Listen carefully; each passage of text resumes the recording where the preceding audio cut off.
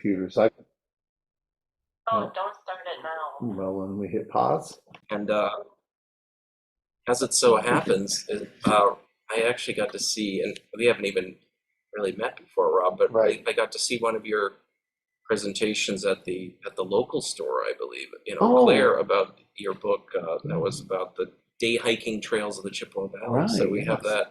the book and speaking series covered together, I guess, Yeah. in terms of The book's something in in the common. store, by So the way, here. So But- yeah, and I was just thinking about all the places that book should be in Eau Claire since it came out, because there's a new outdoor store there. Oh, that's too. right. Yeah. But yeah, thank you, Rob. I appreciate you helping out with the technology and just introducing me and helping out with this environmental series.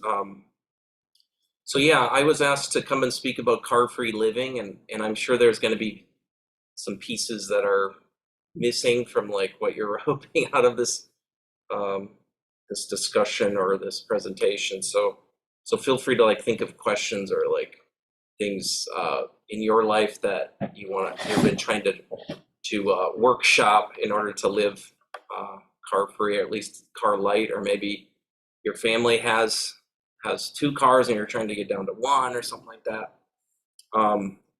So yeah, there's a lot of things that I've had to consider, I guess, as like someone who lives in Western Wisconsin. I live in Eau Claire, so it's a bit bigger than Menominee.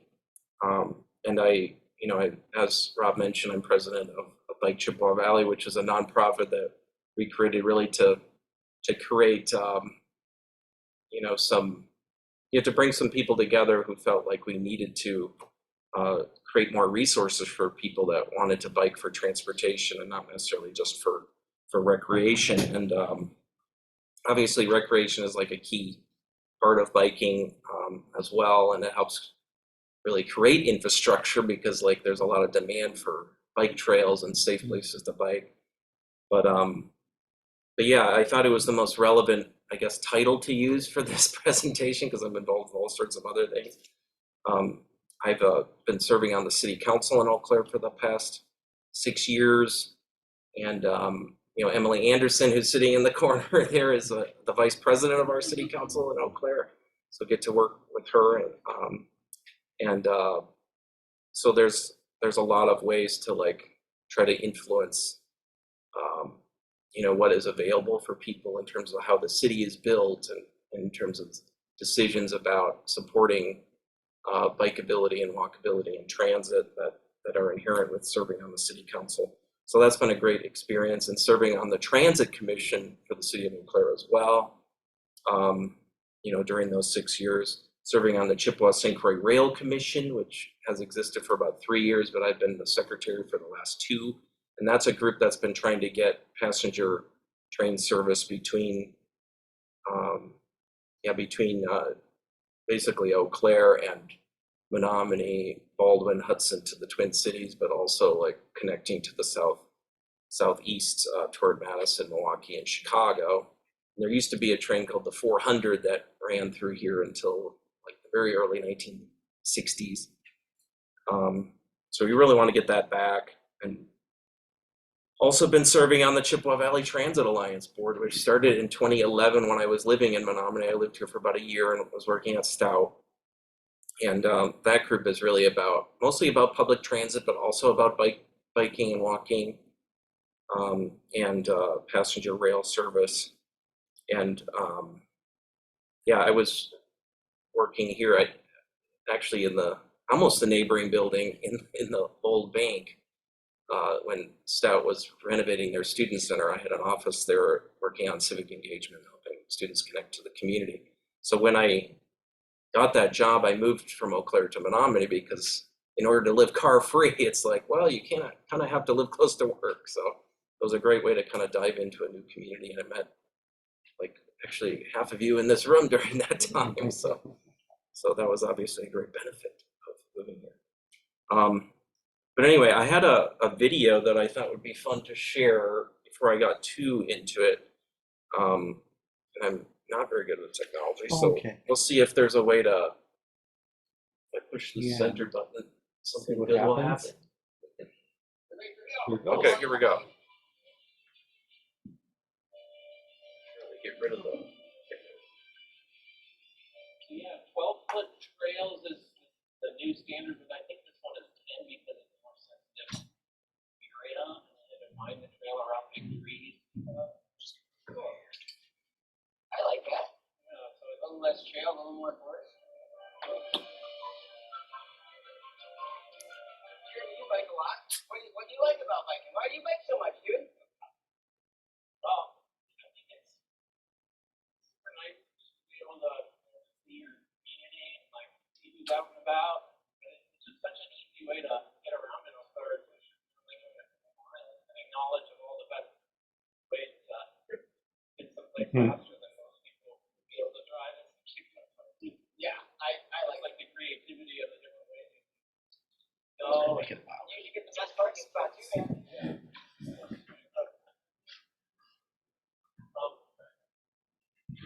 Yeah, Elkhart has a lot of challenging, places to get through, maybe.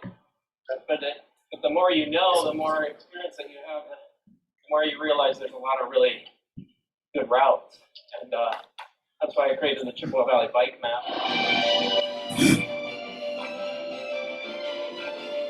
We're biking through the bike map right now, aren't we, Jerry? Yeah, I mean, what color is this on the bike map? Do you remember? This is blue. This is a blue?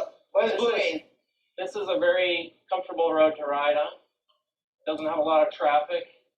We're going to go left to here. The little bridge here? Yeah, cool.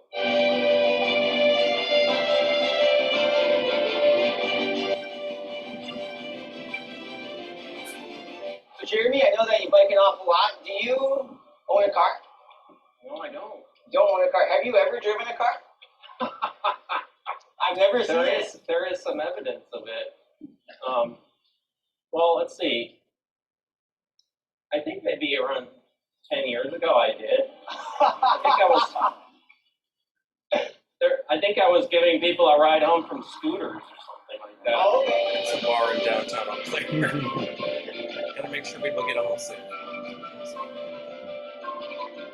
As it gets toward nighttime, I like to wear my reflective vest, and sometimes often during the day, actually. Obviously a helmet all the time. And I have my reflective blinkers or gloves as well. But yeah, I actually usually like to be as visible as I can, regardless of the weather or time of day, just because might as well be. Is this the hill? Yeah. Ah! So I would get into the lane a bit more because you never know what's on the shoulder. Oh, stay on the road. Yeah. Hey, that's a good tip. Yeah. Sometimes the shoulder just disappears. Yeah, there it is. I also don't really want to embolden cars to think they can pass me on a curb, so I'll often just take the lane. Oh my gosh, that was like 3 tips all at once, Jeremy. I love it. Yeah. We're going down a hill there. It's normally not that fast. Nice ride. That was good. And sharing your extensive bike knowledge with me and whoever happens to watch this. Why I like it to bike it with Micah. Yes. Thanks, brother. Appreciate it, man. It's Micah to bike it with Micah.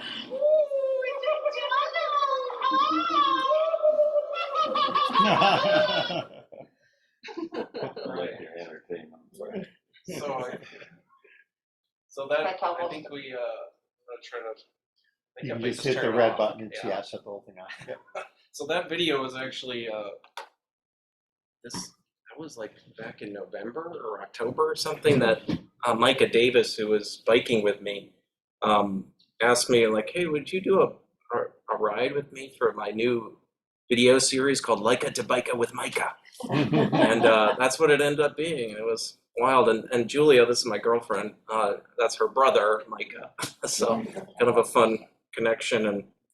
And so yeah, so that's just kind of an example of how, you just don't really know what's going to happen, I guess, if you're really into something.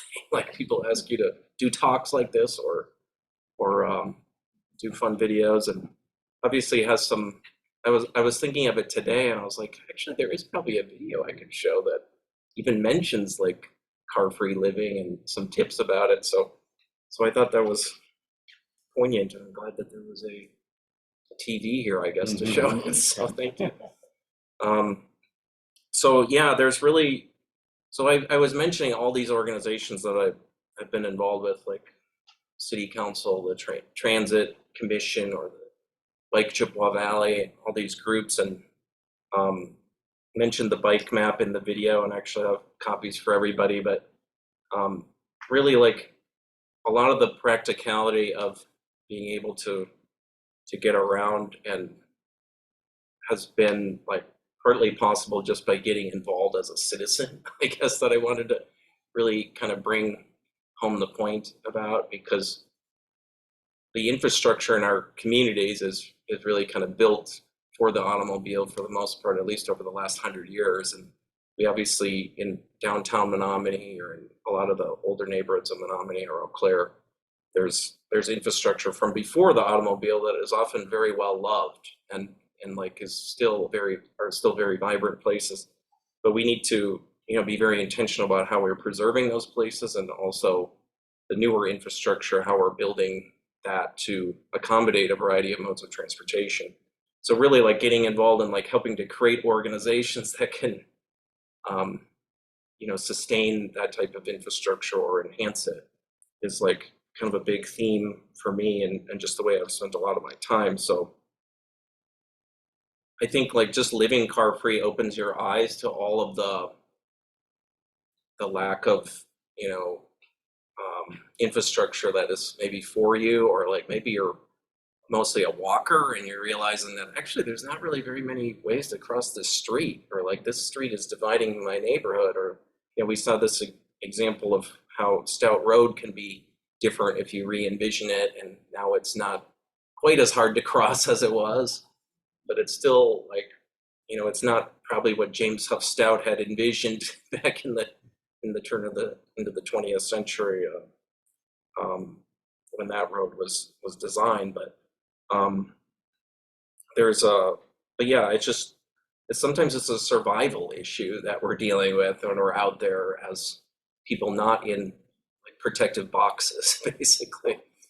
And then we just have to like work through the safety issues and figure out how to make the difference in our communities. And some of it is an issue of that I think about from like a beautification standpoint as well, where it's like we look at the beautiful buildings that were built when almost everyone was a pedestrian. It's like buildings like the Mabel Tainer are maybe like the most extreme example of just like that, of just like we need to wow the pedestrians when they go by, and we're not about wowing the cars, as they go by so much. But now, like, so many of the buildings that are built are just like, as much as we can wow them with ample parking in the front, then they may show up, at our big box store or something. So, so it's just kind of a different way of looking at the world, and just like the land use decisions that we make are often made based on like the mode of transportation that people are trying to attract, or that is largely, prevalent in a given area. And just another thing that I think about, with this topic, as I was just thinking over the last couple of days, like, what am I going to say? And I'm trying to organize it somehow too, obviously, but there's a lot of it is about building support for the improvements that we need to really have a different ways of living, other than basically having an automobile be an obligatory part of life. So, and some of that actually goes down to some of the safety issues that I mentioned in the video. It's just like, hey, like, if I can be really visible, people will be more likely to recognize that bicyclists exist as like, legitimate forms of transportation, and people that have responsibility in society, and we're not just joyriding or something.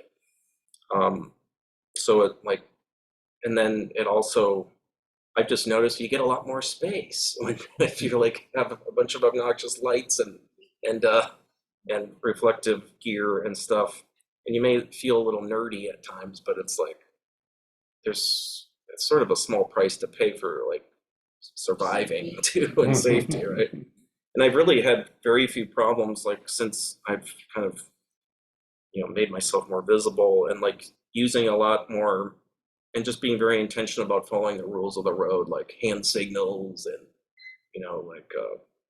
and like coming quite close, if not fully stopping at stop signs is like very important, because like the more you ride, you realize, oh, actually, I'm really glad I treated that stop sign very seriously because like that one time that there something unexpected happens, like it's sort of a problem.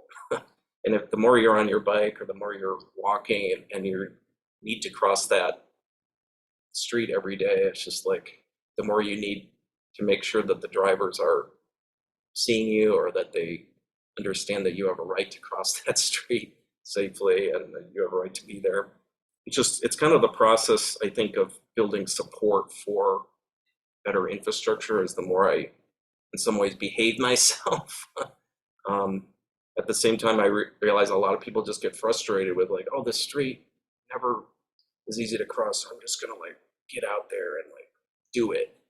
And but it's hard to like live a whole full life with taking risks and stuff like that, I think.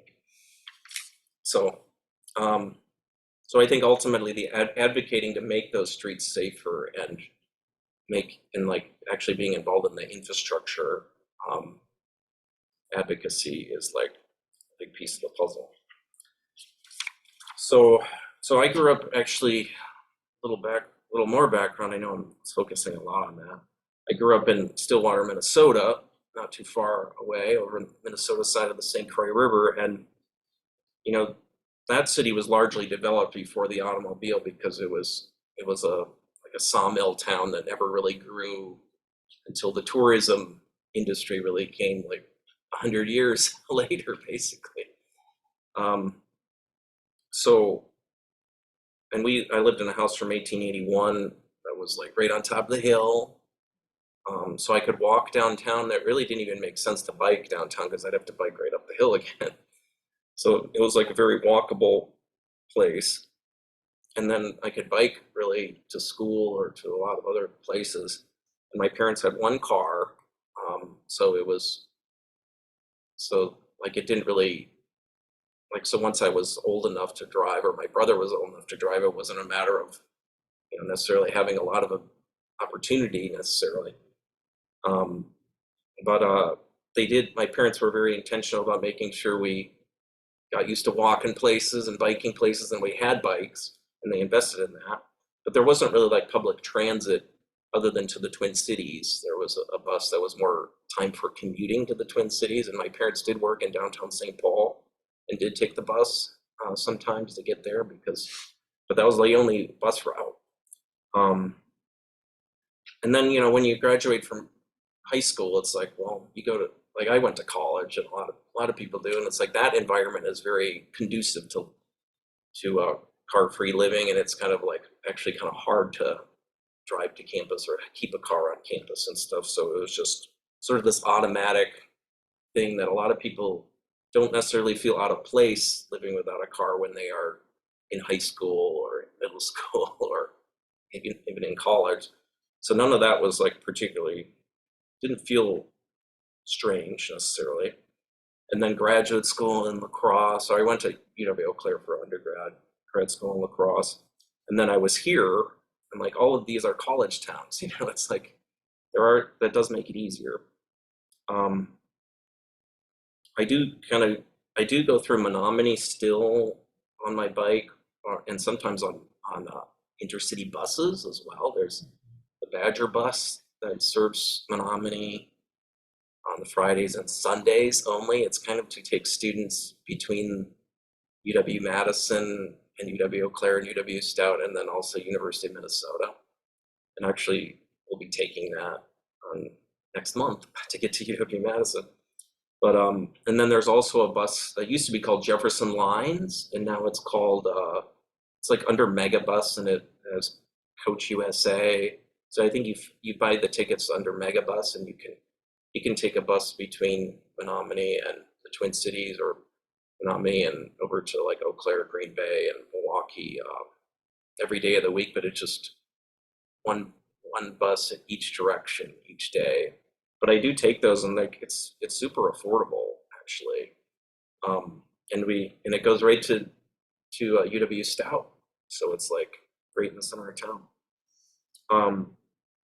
The bike route is a bit. Oh yeah, Can you take your bike on those buses? yeah, that's a good question. So the question is for anyone who couldn't hear that online or something. Would be yeah, like can you take your bike on these kind of intercity coach buses? Like I know you pretty much can on the Badger bus is what I've asked them about it. I haven't actually done it, but they said that there's often plenty of room and they're fine with that. I have taken a folding bike on Megabus and Coach USA, but they did make me pay for it, like an extra bag or whatever. So that was kind of not necessarily worth it in that particular case. But yeah, they don't necessarily advertise that they allow that or anything. It's just kind of, I think like in that college crowd or the Badger bus, like that one is probably the easiest one. So yeah, and kind of getting between Menominee and Eau Claire and Stillwater, I actually have a really nice bike route that I've developed over time that uses a lot of county roads and town roads. And actually there's a really nice Wisconsin bicycle map that you can find on the Wisconsin Bicycle Federation website in the online shopping section of that.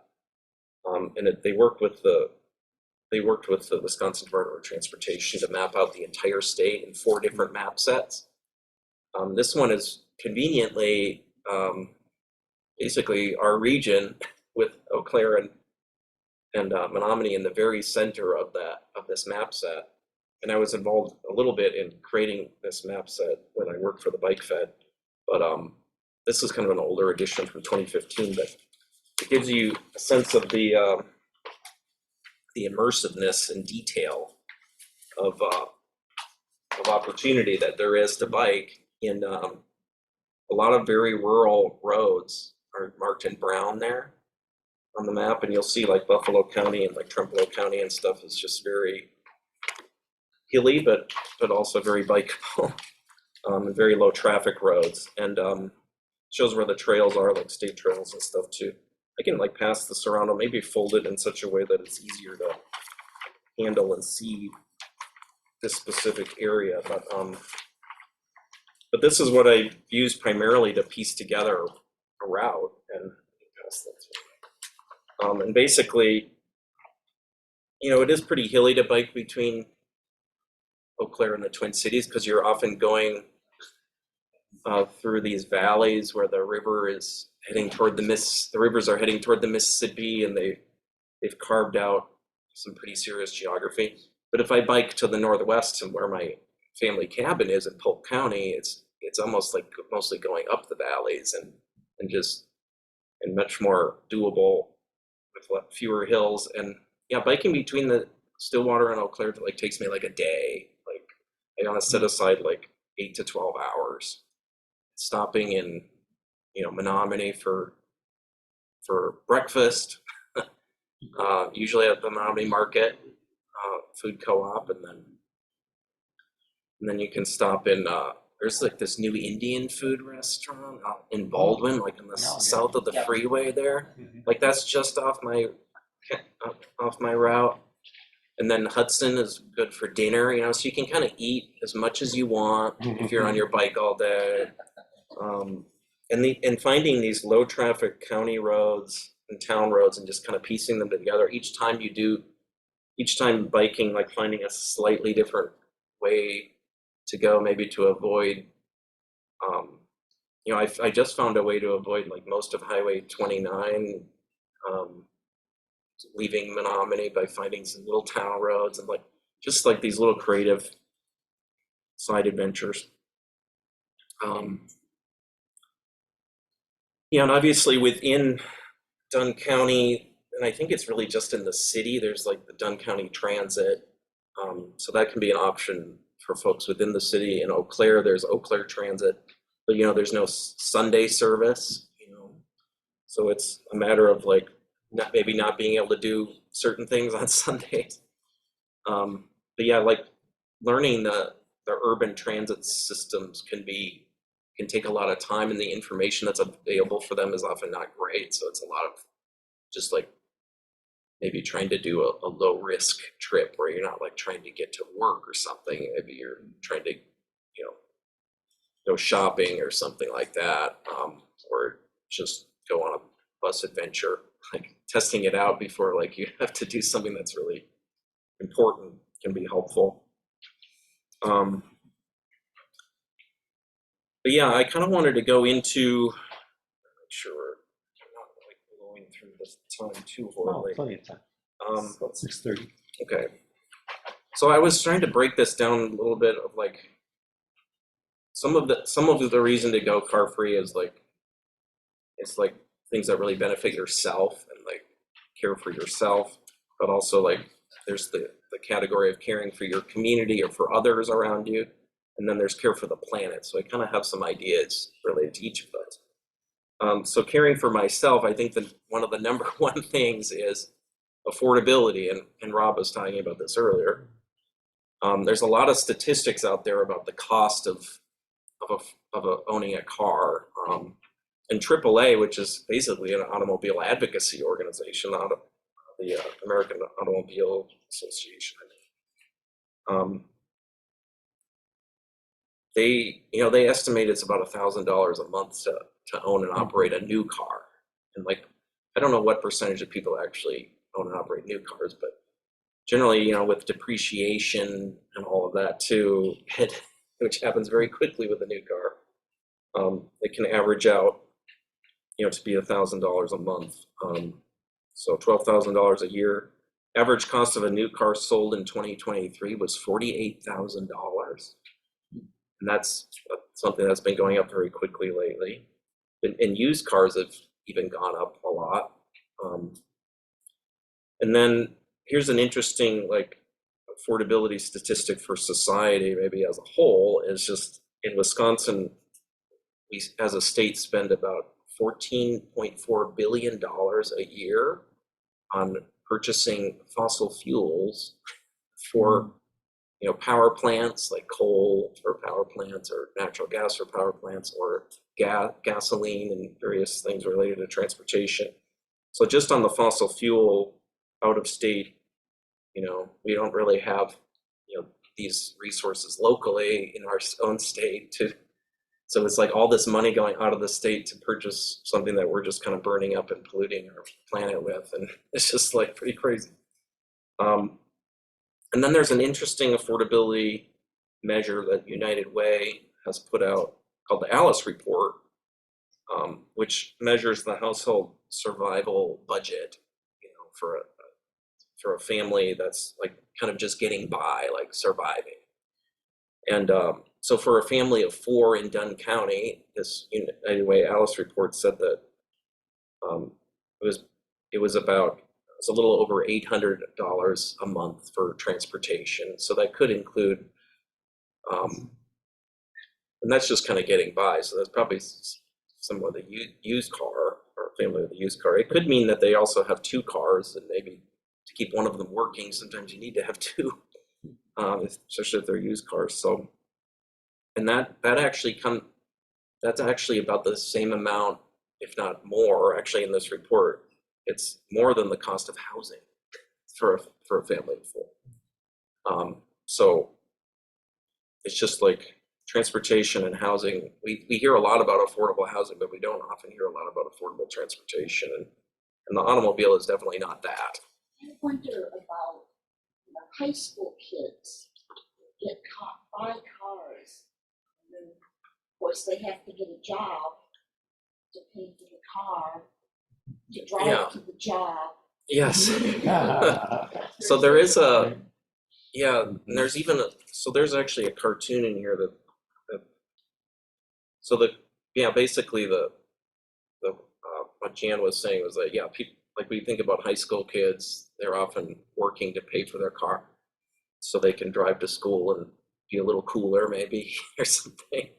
But and it's a lot of there's a cartoon in here that's, I think it just says drive to work, work to drive, and Yeah, here it is. And now this book that I'm passing around is called Divorce Your Car, which was the book that kind of got me thinking about this stuff a little bit more intentionally. It came out in the year 2000, and it was at the library at the UW Eau Claire where I was working as a college student at the time, and I found it on the shelf, and I read it, and I bought a copy of it as well.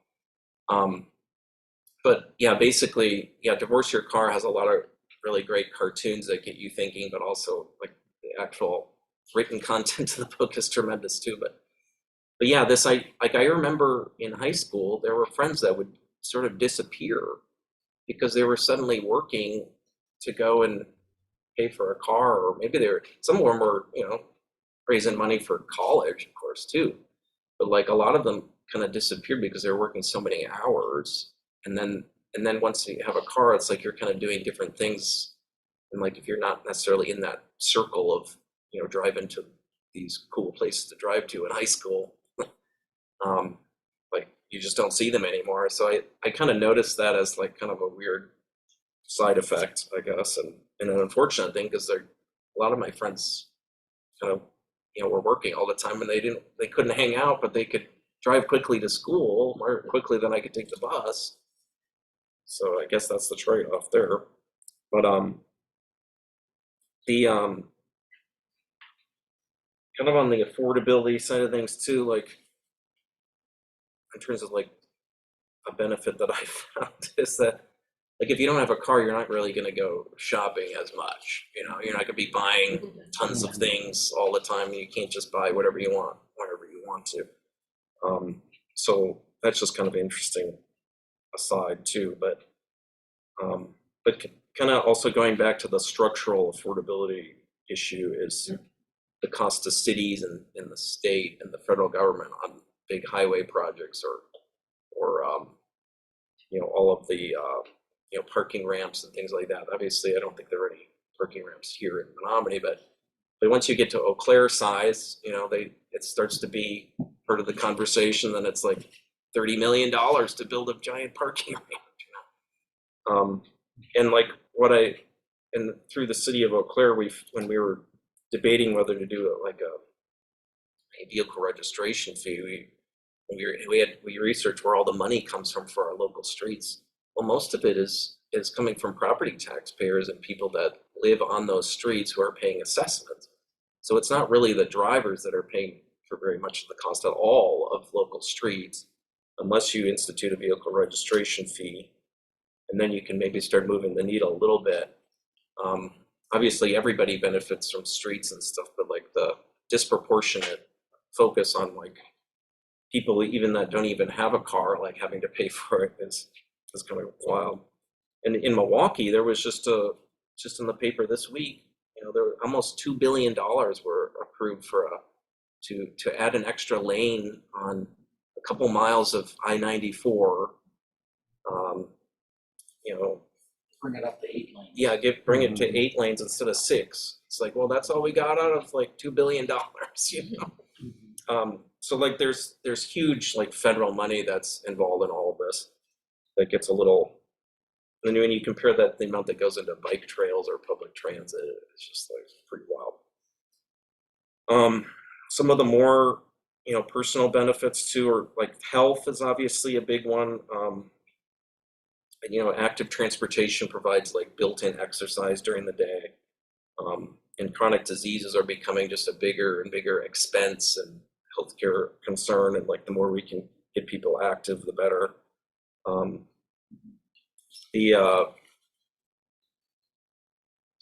There is I guess one of the things that I keep in mind from another personal benefit is, there is a certain level of accomplishment associated with when you're traveling or when you decide to walk from somewhere. There is like kind of like this ingrained like benefit there that I think that I don't think that can necessarily be ignored. But there is like especially when there is kind of the culture of like it basically being like obligatory to have a car, and if you can somehow resist that, it's like you feel somewhat of an accomplishment, even if you have to make certain sacrifices and stuff. like maybe you can't take a job that you need a car for, or maybe you can't take a job unless it's, or maybe you have to move to be really close to your job. Like when I moved to Menominee, I lived on Broadway and 16th across from the stadium from the campus I was working at. You know?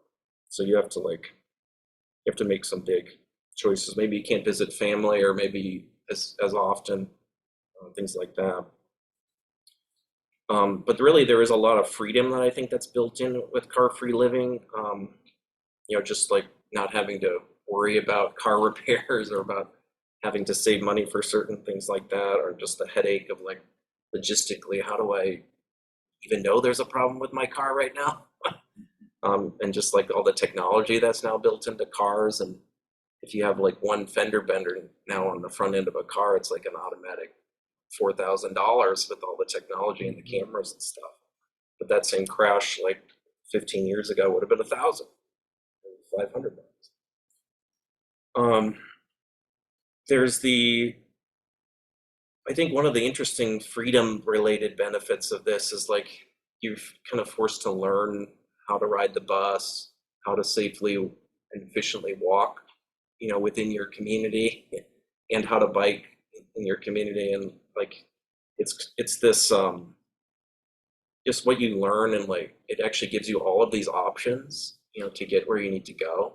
And carpooling and like knowing where your friends work or where they're going, and maybe you can catch a ride or this or that, like having that network of people is like really a freedom related thing, I think, because it's like you know, you're just very resourceful and you feel like you have a lot more options.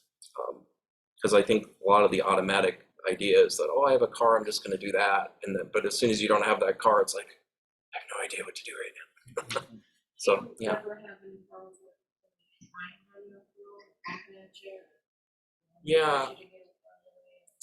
Yeah, so the question was just about like maybe hostile drivers, or just like people feeling like you don't really belong there, so like maybe getting harassed a little bit. I think it's happened way less since I like started dressing, you know, like I'm serious about what I'm doing, I guess. But like also not so serious that I'm like a road biker who like has all the like expensive stuff, I guess. So it's sort of like I think people are like, oh, I think I'm gonna give this person a little extra space, or give them a little grace here, you know. I think that I do think like with sometimes being around a college area, there's a little bit more. There's people that maybe are a little bit newer to driving that maybe don't exactly know how to handle every bike that they see or whatever. But yeah, it's more. A lot of people even text me. Yeah, I would say the bigger issue is that sometimes people aren't paying as close of attention as they should, which is another reason I like to make myself more visible and stuff too, or just kind of be aware that, you know, almost any of these cars could go through the stop sign, and that does happen, but it's kind of like, yeah, trying to not give way too much to that either, where it's like try to make sure like I'm taking the lane of traffic when it's really that's the safest place for me to be, and not necessarily being on the sidewalk, you know, or trying to avoid being on the sidewalk whenever possible. There are certain instances where that's the safest place to be because it's like a big highway or something. But that is a tricky thing where it's like you never know who you're going to run into out there, right? And sometimes people are out there kind of joyriding around and don't really like to run into bikers. With intentional. Not super often. It's more people that just. It's like sometimes I have to ask people, could I be any more visible? And I'm just like wearing like all of my lights and stuff, and like they just pulled out in front of me. It's like, what could I have done differently there? Like, cause sometimes I confront people about like, and I try to do it politely, you know, where it's just like, I don't know, I'm trying to be as safe as I can here. And you just pulled out in front of me. I'm like, oh, I didn't see you. It's like, well, you also didn't look. So I don't know. So it's a hard thing like to navigate because every driver is different, and like, I don't really recommend that. I mean, necessarily talk to people that you know, do stupid things, but I think it's electric bikes. I don't really have much experience with electric bikes. I have noticed it does get people out more often recreationally and sometimes for transportation, but I haven't necessarily seen like a crazy amount of more people biking. I think it increases people's range. But yeah, I don't really have a lot of I have an recommendations. electric bike and I wish I did it. The technology advances so fast that it's very dated and it's hard to sell a bike. I've tried to sell it several times. And two, when you're out in traffic, it can be good, to kind of scooch you out fast if you want to cross the street, but you can also flip that bike. And Simon, the judge on American Idol, he actually went backwards on his electric bike and broke his back. So you have to be careful, and then there's more maintenance to an electric bike. That's the other thing. Yeah, and I don't know how long the batteries Those batteries are last and expensive, stuff. Yeah, and they do burn out or go wrong, and then realize I have to charge it. I thought it was, I still have it, and I wish I did. yeah, I have noticed that a lot of people that have gotten electric bikes, but then it's kind of like this exciting new thing for a little bit, and then they don't necessarily, maybe they haven't really figured out how to recharge it after there's some issue or whatever. But yeah, but still, I would say overall they're a great like new thing. It's just that, yeah, I think there's going to be some growing pains with it, and I'm not really ready to enter that until I kind of feel like I have to in terms of just physically being able to bike where I need to go. And obviously, I could probably bike to Chippewa Falls from Eau Claire in like maybe 40 minutes instead of like an hour and 10 minutes, like on an electric bike. But then I'm like on the trail probably, or I'm on the street, and it's just like, how am I interacting with other people most respectfully too is always on my mind. And so I kind of have some feelings about just one of the reasons why I like to live car free is just like the impact it has on other people around me in my neighborhood and my community and stuff. So I want to go into that a little bit, but you have another. Yeah, is there a place or like a workshop to learn how to ride, not to learn how to ride a bike? Mhm. I mean, that should have been taken care of by our parents when we were 6, but like to how to defensively ride your bike, maybe in downtown Eau Claire, or maybe to take some of the back roads and how to safely ride your bike on the back roads to get from Eau Claire to Chippewa. Yeah, I don't. yeah. So the question is just kind of like how to, like a bit of a how to like ride your bike for a bit more, skillfully on country roads or on downtowns and stuff. So I think a lot of it is there. I do think it actually should be a part of like comprehensive driver education in our schools, and schools have even gotten away from driver's education. Unfortunately, has become largely privatized. But I think that there are, through the Wisconsin Bicycle Federation, some classes that can be taken, and then there's a league cycling instructor program that Wisconsin Bicycle Federation has, or actually it's through the League of American Bicyclists. And that's probably the most like comprehensive way to really get trained in on how to handle a lot of different types of riding. But yeah, I can try to give you some bit of summary around it, but basically just kind of getting out there and trying it like incrementally is probably one of the best ways, and like, but generally trying to find those low traffic, lower speed country roads is really way better than trying to figure out how to ride on like Highway 12 or something. Although 12 can be fine, like some parts of it too, like between here and Knapp or something is crazy busy, but yeah, like trying to find the roads that have a bit of a shoulder on them if they are higher traffic. And that bike map that I passed around even shows like shoulder widths and stuff, as well as traffic volume. So if it's a wider route, has an extra width to it. In this Chippewa Valley bicycle map that I can give you each a copy of, includes Eau Claire and Chippewa Falls and not Menominee, but Altoona, Village of Lake Hallie. I would like to do a Menominee version of this, but it shows all these routes, you know, to get out into the countryside as well and kind of bridge that gap. I call them escape routes. So it's like, how do you get in and out of the city? Blue routes are like the most bike friendly, lower traffic roads, and the orange are the medium comfort level biking, like a little bit more traffic, a little bit maybe not as much of a shoulder, things like that. And then there's kind of some dashed red on here that's kind of more difficult connections and maybe are higher traffic or difficult crossing. And then green are the trails. And then this map even shows underpasses and overpasses. It shows if the sidewalk is maybe a good alternative in really short distances. It even shows where the hills are. And this is a resource that I really took the lead on creating because I'd gotten so much experience like biking in the Chippewa Valley, at least Eau Claire to Chippewa Falls area, that through Bike Chippewa Valley, we created this resource in 2015, and then updated in 2021, and we're working on a 2025 update.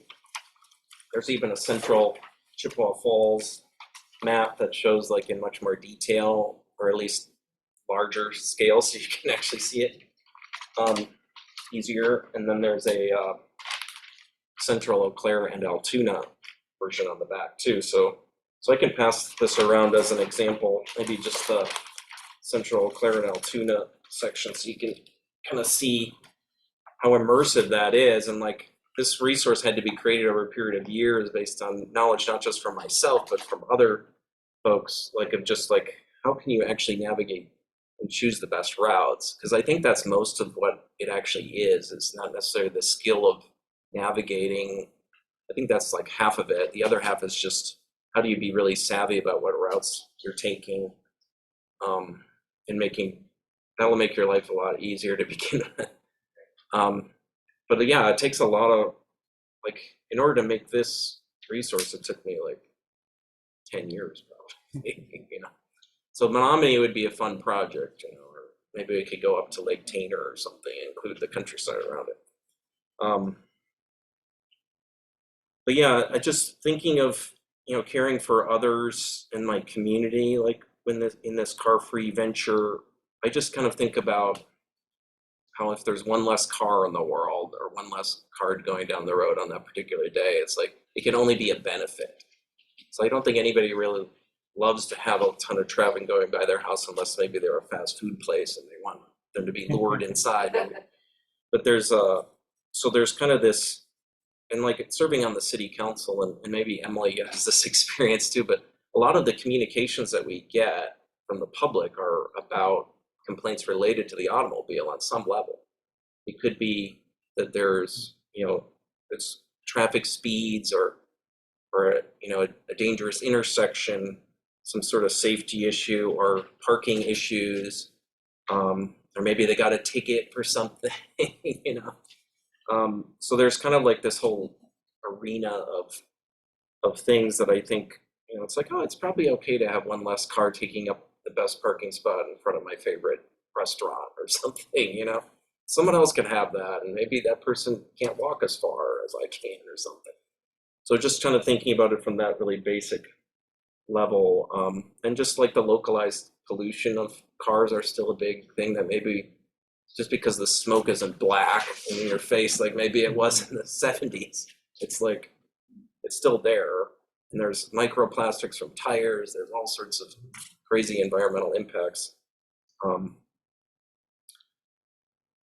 So yeah, thinking through that a little bit, and I think this is a big benefit, I think, of just choosing to, like, different modes of transportation as they actually build, the infrastructure actually has a reason to exist, like that alternative infrastructure. So if you build a bike lane and nobody's using it, it's like you're not really building support for that mode of transportation very effectively if you don't get out and use it. Just like the bike trail or having a bus system, like the federal government requires that transit systems like keep very close, you know, track of ridership, and like and that's a big there's function, like they get, like transit systems get funding in some ways based on their ridership and stuff. So like just like I can help make sure that the bus system is there for other people or there 5 years from now if I actually ride it. Just like really things that are even in the private sector, like the airport shuttle, like the green transportation folks, like if whenever I went to the airport, I got a ride there, it doesn't really, like that, maybe the groom transportation, the airport shuttle goes away because so many people are getting rides there. And then the people that really need that connection to the airport, like maybe don't have it anymore. It's like, there's kind of like the supply and demand, world that we still live in. So obviously, so that's something I think about. I also think about like my bus drivers in the city of Eau Claire, they're members of a union. So am I. I'm supporting I'm supporting labor. It's like I'm supporting people that have benefits and have good paying jobs, and like I want to make sure they keep having a good job. It's sort of like it's a just one other thing I was thinking of last night. It's like, that's not a trivial thing necessarily to me. And then also just shopping, you end up shopping more locally if you, at least if you like within your own neighborhood a bit more if you don't have a car. So it's like if you lived within a mile of Menominee, Menominee's downtown, it's like probably go to the food co-op more often, or go to the bookstore, the local bookstore more often, as opposed to driving to Eau Claire to go to BAM Books A Million or whatever. So it's just a lot of like, you feel like you're supporting your community more, and maybe like maybe you really are, like just in a very small way, right? I sort of think, I mentioned biking to Chippewa Falls from Eau Claire. It's like, I just did that on Monday of last week, and it was like 30 something degrees. So it wasn't like the nicest day in the world, but it was about what the weather's supposed to be. And I took the bus to as far as it would go. Like it only goes to like the northern edge of Eau Claire, but it does get into Chippewa County.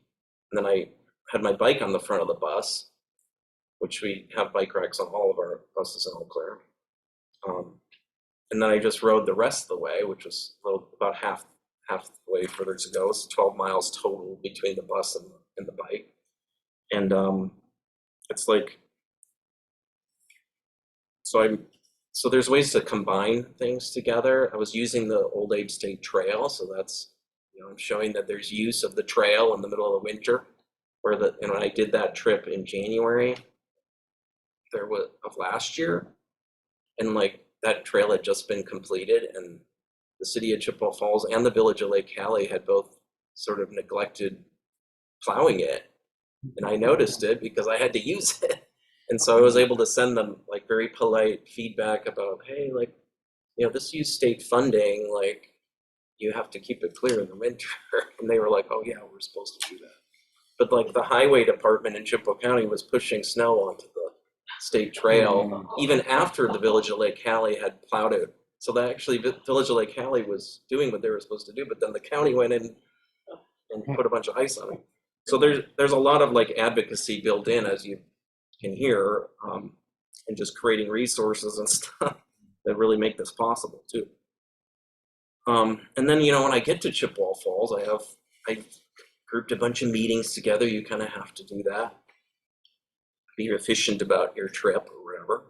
And like it's, the first place I went was the public library. So it's also supporting another public institution, another local institution. That was the only place that I knew of in Chippewa Falls that had a place under a shelter to park a bike, because it was about to rain.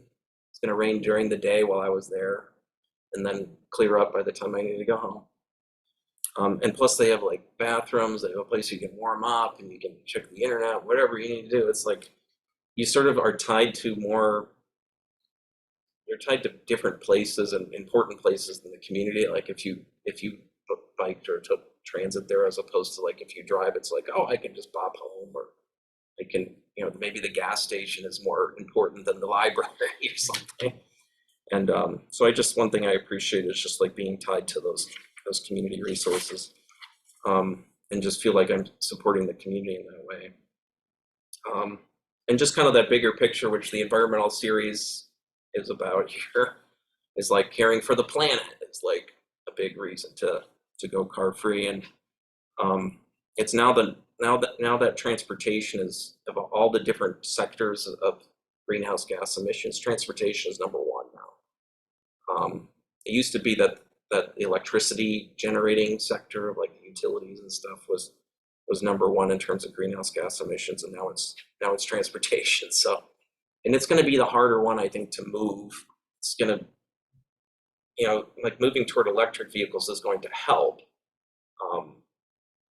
but it's not going to move the needle, I think, as much as we need to move it in terms of addressing the climate crisis. And it's just a lot of the habits associated with the automobile are just very difficult to kick, because you have all these land use decisions that have been made for 100 years around it.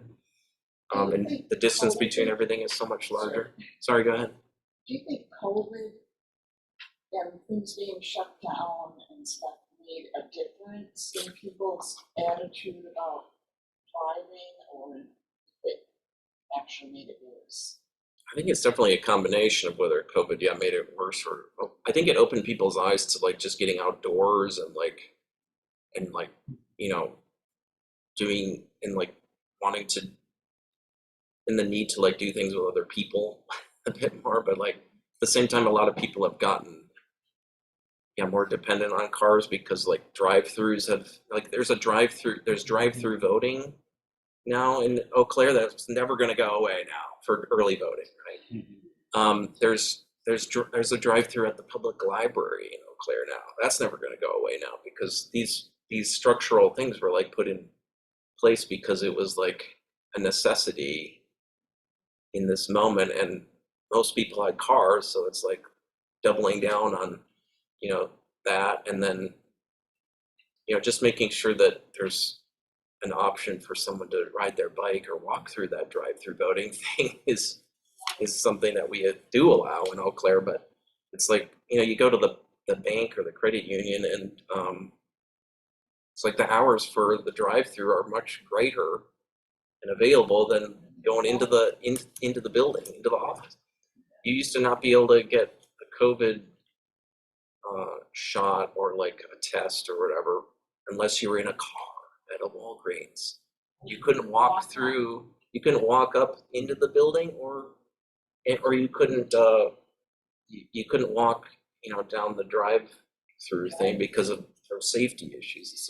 So it's like, oh, I need my friend to drive me to get my shot or whatever, Or your test. or my test or whatever. So there was some really weird. Obviously, it was just a weird time, and it still is. But yeah, there is.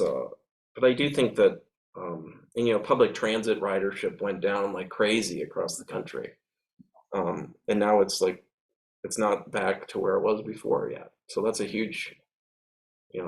A lot of people just found other ways to get around, and so that's kind of a mixed bag there. Mm-hmm. And I think like in the transition to clean energy, you can sort of Excel is actually moving toward clean energy just by shutting down coal plants and moving toward more solar and things like that. And that's not something that I necessarily I don't have to do anything differently when I turn the light switch on and off, and I have more renewable energy than I did 10 years ago, right? So it doesn't actually require any behavior change. And I know there's folks in this room that for 30 or 40 years have been doing their own renewable energy projects on their own property, but that takes a lot of work, and like that behavior change is not something that most people are doing necessarily, unfortunately. And and I think having I think like moving toward more walking and biking in transit is like a lot harder than it does take a lot of like skill building and like resourcefulness and stuff, and just like physical effort and things like that I that I think is going to keep, you know, the transportation sector as the #1 sector of greenhouse gas emissions. So that's a challenge, and like a couple other downer things related to the planet here. I just think about like, you know, there's 8 billion people in the world now, and like if each person had the standard of living that we did and had a car and stuff, it would be somewhat untenable in terms of the carrying capacity of the earth, not just for humans, but for, you know, basically every car parking spot in a town like Eau Claire or Menominee, or for every car there's about 7 car parking spaces. So just the amount of space it takes up, let alone like the impact of driving and the fossil fuels and stuff, it gets pretty crazy. And then just the fact that people, like the automobile does allow people to live further and further from work, and I think, or from, you know, family, things like that. So, you know, cities were much more compact until the automobile, so people could walk and maybe have 10 grocery stores within walking distance even.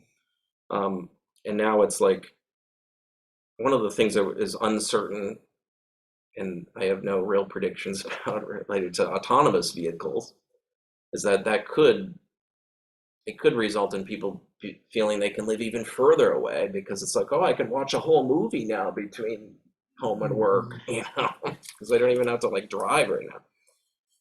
So like now I can live in Buffalo City, and you know, and work in Hudson, and it'll be fine. All the beautiful views. I won't even have to you know, drive. So like, who knows like what the implications of autonomous vehicles could be. Or you know, maybe the parking's really expensive where you work or something.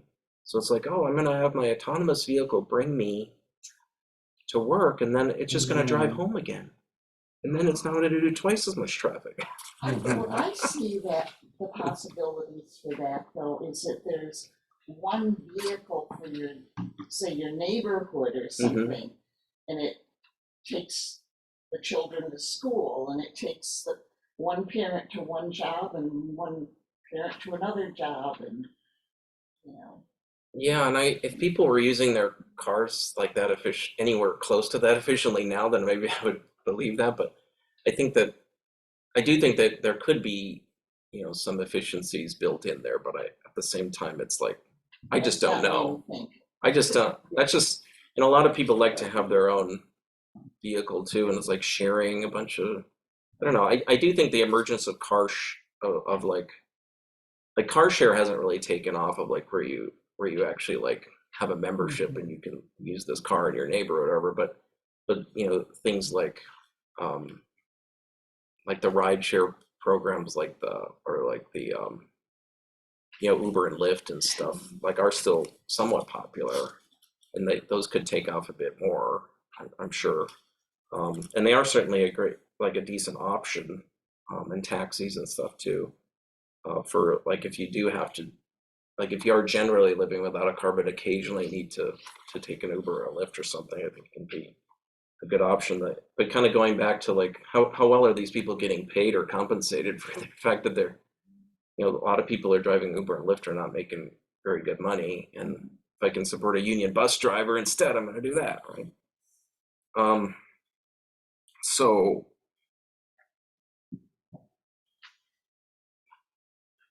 yeah, and like, kind of related to the fact that people can, like, people do have a lot of like freedom, I guess you could use that term as well, like, for having a car, right? That's a big selling point. But it's like,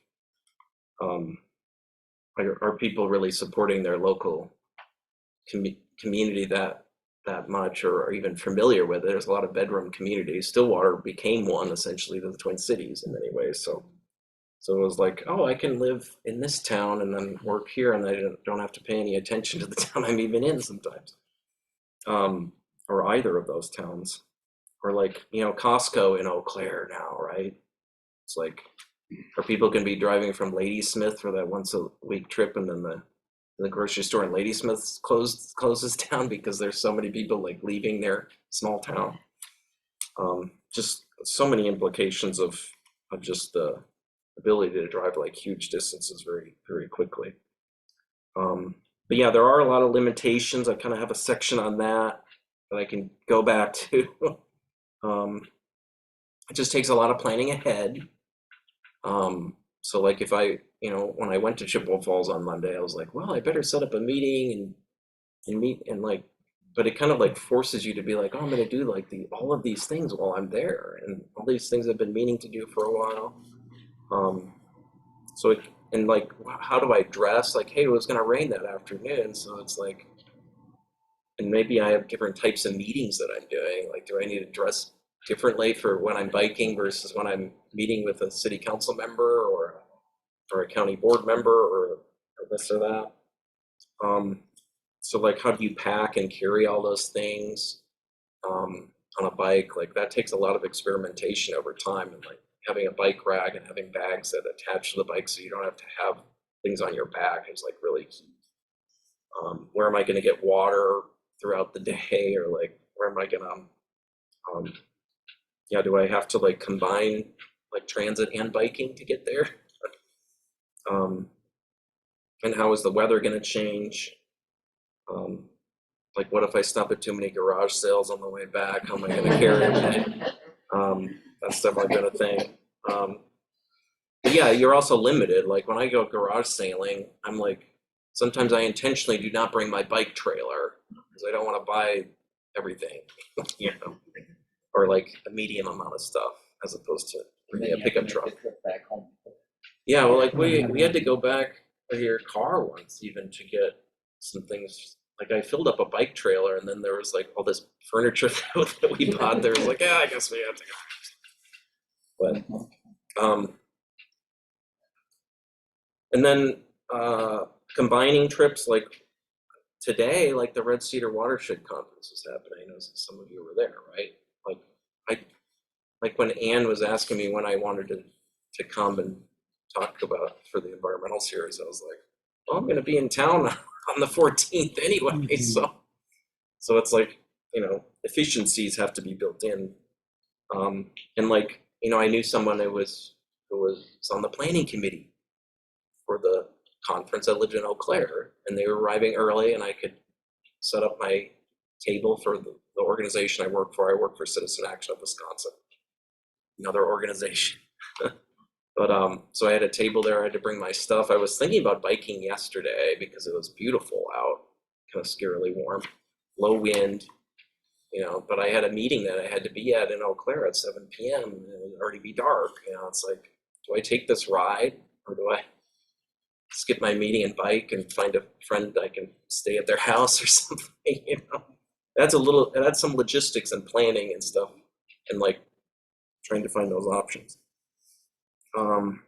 And like Julia and I are going to Madison. I mentioned we're going to take the Badger bus.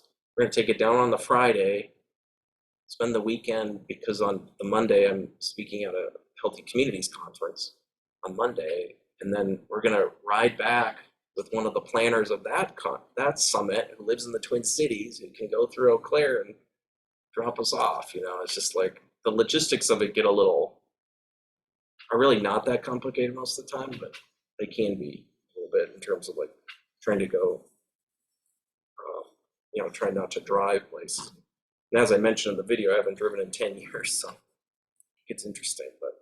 And then when we're gonna stay in Fitchburg and like use Julia's dad's bikes, while we're there, so there's like, it's like, how do you build in transportation for while you're there, but also like to and from? And we went to Chicago over Christmas, a little after Christmas. Like we took the Amtrak from St. Paul to Chicago, and then we took a Lyft or an Uber or whatever to where we were staying, and then we were taking the Metra and the L train around and walking to go into Chicago from Evanston and all these suburbs and stuff.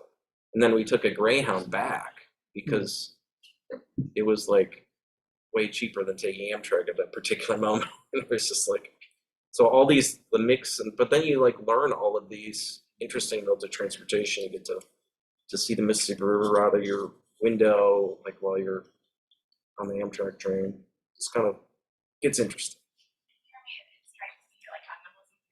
really enjoying this, and I'm realizing like, you know, you talk about these logistics and, you know, planning to ride home with this person and that, it just strikes me that it requires you to have so much trust in other people and things to work.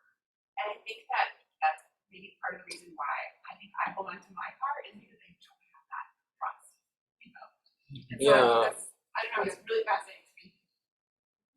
Yeah, that is. I mean, I am very. There is a lot of yeah, trust like involved in that, and there's also just having a lot of yeah, like thinking of what the other options are, like being flexible or whatever. I find that a lot of my friends that are very dependent on their car, like their plans can change like just like in a second, and it's like I thought we were gonna okay, I just so like there's certain people that you're not gonna necessarily plan, but there is but they often will suddenly be like, oh, now I do want to stay on time because like I'm not sure what that was. Because I'm Dragon's flopping its wings. oh yeah, that's what Yeah. I think that was in your book up there. Right, yeah. So yeah, I think yeah, that's an interest. I haven't really thought through that a ton, but yeah, there's just a lot of community, I guess, that's built around it, and like in some ways, it's actually if you're surrounded by a lot of people who have cars, it's maybe easier to live without one too, right? You know, so like, but at the same time, there's maybe not as much public transit. There's not as many. You know, options if most people do have cars. I don't know. It's kind of a evolving question here.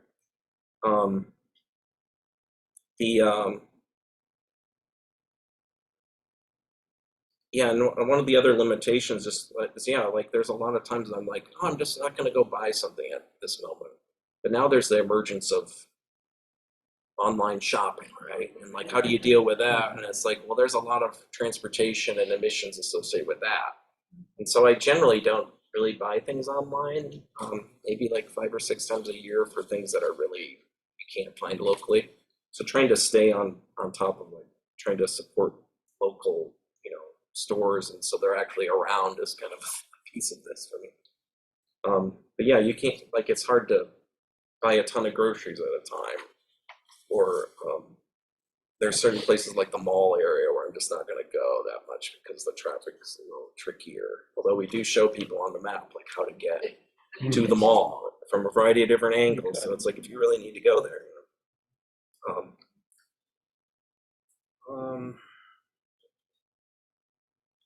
Yeah, so I think yeah, limiting job opportunities has definitely been a big theme, I guess, throughout my life. Like that, this has you know created problems with that per se. Like, but there's a lot of ways to I think like yeah, there's a lot of like good things that come from that too. I think where it's like if when I got my job at Stout, I could have just stayed in Eau Claire, but I moved to Menominee, and like I was one of the few people that worked at the student center who actually lived in the city of Menominee, who actually knew like what students were dealing with in the community that they were living in, as much as like I was able to feel more connected. I was able to meet a lot of like I think I joined the food co-op on the first day, and like they're like, hey, we're looking for board members. It's just like this is my first day in town. So it's like it's you feel like very connected all of a sudden, right? And amazing folks here that I can still stay connected with, even though I don't get to see you that often, right? Because I can't just bop over to Brewery Nonic whenever I want. But yeah, it's just I have had a lot of cool jobs still, but and it sometimes makes you move right next door to them or into a new community. And that's fun. It can be a great adventure. Obviously limits like the ability or like just the like family and like and thinking about having a family, things like that. It's just like, how do you really I haven't had to deal with a lot of that, those kind of limitations or questions and stuff. So that's just something that I know is kind of out there on people's minds and stuff, but I don't have a lot of good ideas to help navigate that. Although I know there's people that have, like, their whole family's been car free before, like, like there were the person that started the Bike and Pedestrian Advisory Committee for the city of Eau Claire, Brad Henderson. His family lived without a car on the east side hill of Eau Claire for a long time, and like I think he got involved in bike and pedestrian advocacy, just as I was talking about earlier, because it's like, well, you kind of need to. You see all the opportunities for improvement, and you just start advocating for them. So yeah, and I mentioned that book because we're at a bookstore, that Divorce Your Car book. I'm not sure if that's Which we still, don't have. I'm not sure if that's in print or Out anywhere, of print. but it might be a good book to order if it's in Yeah. print. But yeah, I think that's probably a good grab bag of information. Maybe not as organized as it could be, but I have some other resources too. Like I gave a little talk about bicycle traveling at the Energy Fair back a dozen years ago or so, and we created a bicycle traveling equipment list. So if folks want a very immersive list of all the things that you should have, well, 10 years ago that you should have, like they don't mention, I didn't even think we mentioned like a phone charger on here because we didn't even have, I didn't have a smartphone at the time, but I had a regular phone. But yeah, this is a cool resource if anyone wants that too, just in terms of like, there's a lot of things to think about if you're going to camp overnight on a bike and you're traveling to Duluth for 2 or 3 days or something. So, but yeah, that's some of the things that came to mind when thinking about car-free living, and I'm happy to take more questions if there's time for that. Thank you. I was thinking, years ago, I used to ride my bike to work regularly. I was doing a lot of reading on bicycling, and there was someone that wrote a lot about, serious bicycle riding like you're doing, instead of having a car. And I don't remember who it was, but one of his main points was that bicyclists shouldn't be confined to bicycle lanes or bike paths, that they ought to be out there right in the traffic. They're just like every other legitimate vehicle on the road that traffic ought to get used to. Yeah, I mean, That was an interesting. there's an argument for that in certain situations, like if you're going down Barstow Street in Eau Claire, or maybe on Main Street here, at least on the non-super high-speed sections, like generally taking the lane is the safest way to be, because you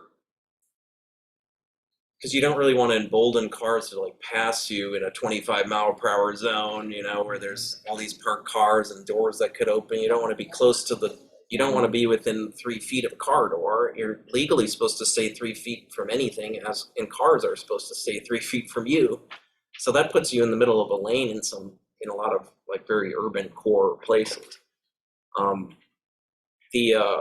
Out on country roads, like generally I do ride a little bit into the lane, depending on how wide the shoulder is, at least until I notice that the car like sees me and is moving over. And it is helpful to have a mirror. I don't really use one because I can hear quite well, and I can kind of hear where the car is. And that takes a lot of time to be able to like perceive, I guess, over time. But and then when the car is getting closer, I'll actually move over. Like I'll get within a couple feet of the gravel on the side of the road, but I won't get like 3 inches from the gravel, because you might just go off the road, and that's no good either.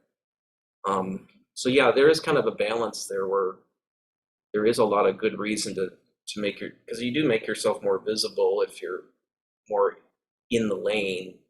But then I often like start to move over a little bit, just to make sure.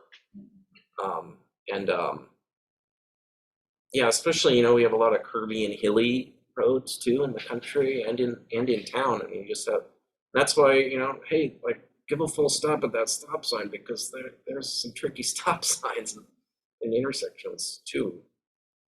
I think there is also a bike repair station by the library here. Yeah, Are those pretty common?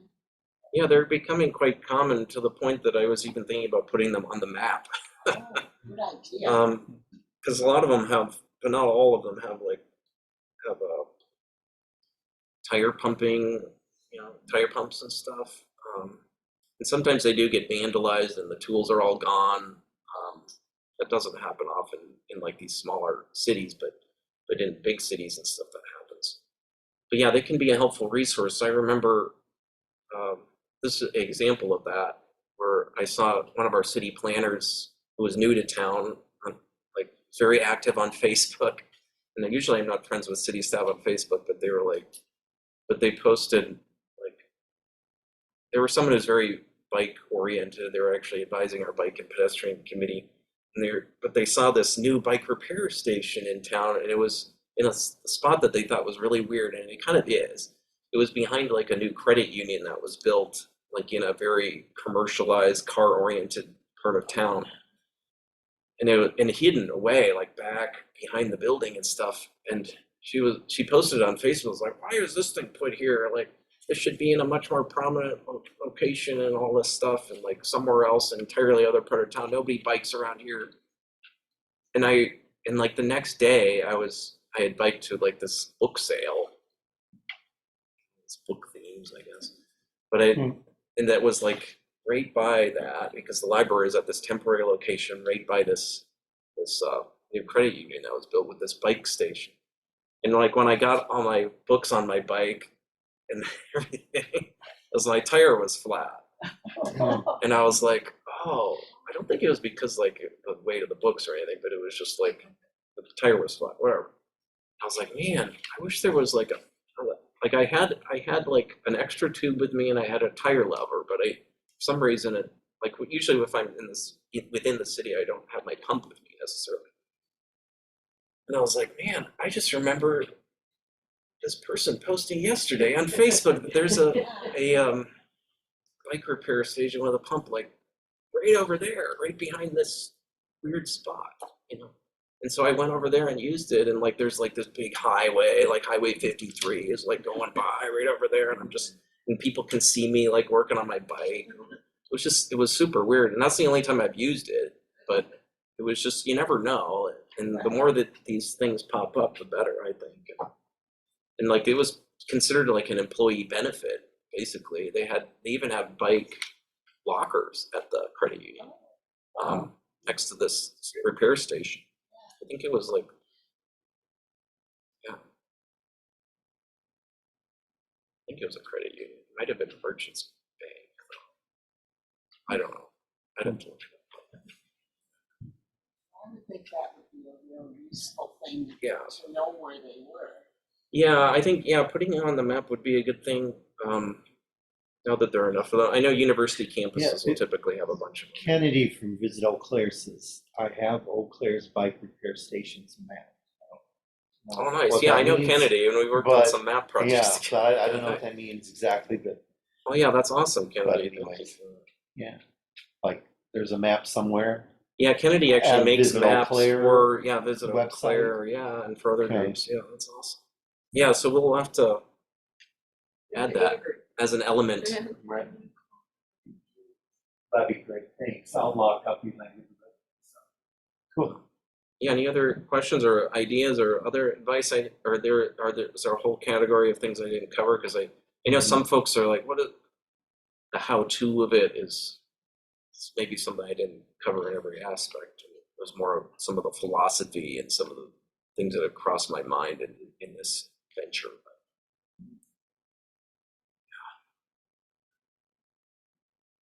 Well, if not, I'm sure if you think of something, you can stay behind and quick ask them, not too long. So I can walk out. I just want to thank everybody though for coming tonight. I really appreciate it. We have 3 or 4 more in our environmental series that are coming up. When you walk out and you see on the front desk, the checkout counter, there's a list there of all of them, or you can go onto our website, detailed books. In addition, we record everything, and so all the videos of the events that have already occurred, including this one, will, or if they are posted, they will be posted. I think they're all up except for this one, obviously, so. because we haven't stopped recording yet. But once we do, we'll get it up and anybody can then watch it or refer back to it if you like. So, Thank you, Ron. Yeah. And thanks to the bookstore. well, thank you for coming in. Thanks everybody for coming. Thank you. So, Yeah, appreciate it very much. And I do have copies of this bicycle traveling equipment list